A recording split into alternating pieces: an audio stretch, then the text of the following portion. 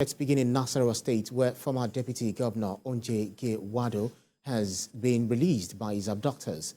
Professor Gye-Wado was abducted on Friday night by gunmen who invaded his residence in Wamba Local Government of the state.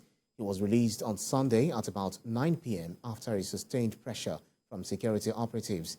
The police public relations officer, Ramhan Nansel, who confirmed his release, said he has been reunited with his family.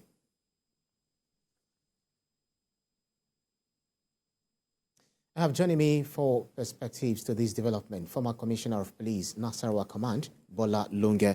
Thank you so much for joining us on the news this hour.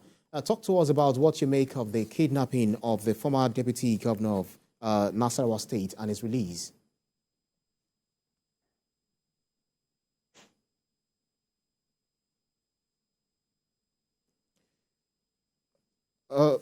CSP, Mr. Bola Lunge, can you hear me?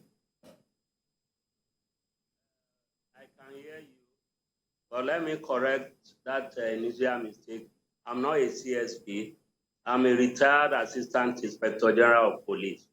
Okay. Right. Thank you so much. Thanks for the correction. What do you make of the kidnap and then the release of the former Deputy Governor, Onje Gye-Wado? Well, we thank God for what has happened, and we thank God that he has been released. It was a bad signal that a former deputy governor of a state was kidnapped, and something has to be done about that. The police and other security agencies, they must put their act together and work as a team, as a mechanism to neutralize the antics of the criminal elements, particularly the kidnappers in that crime. Right. So we just rounded off election, the electoral process in Nigeria, talk about the presidential election and then the governorship elections across the nation. And it was as if the issue of kidnapping, banditry, etc., had gone down, looking at against the backdrop of the cash crunch, where it was said or believed that will reduce the level of banditry and kidnappings that have been recorded over the years. But then this time around, we seem to be hearing the activities coming back up. Is that to say that they've never for once gone down? Well, I was a commissioner of police in that state for 31 months. Before my advent as a commissioner of police there was a great deal of kidnapping going on in the state. But immediately I came, I mobilized all the police personnel. I had meetings with traditional rulers, with hunters, and the members of the society. And we worked together as a team.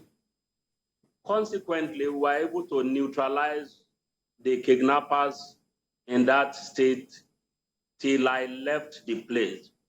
And thereafter, those who succeeded me, they were doing a great job. I wouldn't attribute the upsurge in kidnapping to the issue of probably now that we are having money in circulation. It may be as a result of those who are mobilized for politics, the thugs and other criminal elements. Politics has, to some extent, campaign has gone, elections have been conducted, and some of these thugs have been released to the society.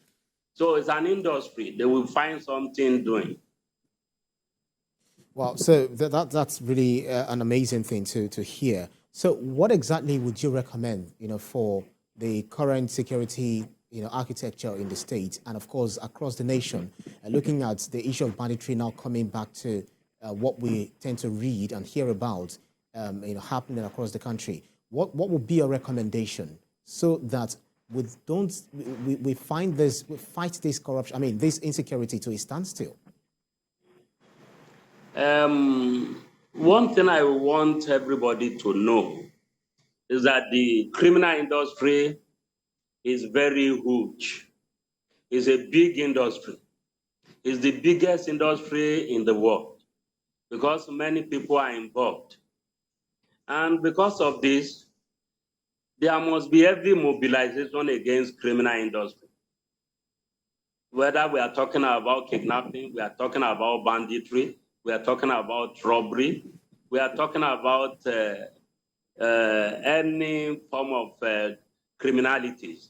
The totality of the society and the state must be mobilized to confront the criminal industry so that the force of the society and that of the government will dwarf that of the criminal industry because it's an heavy industry. Virtually everybody is involved. Right.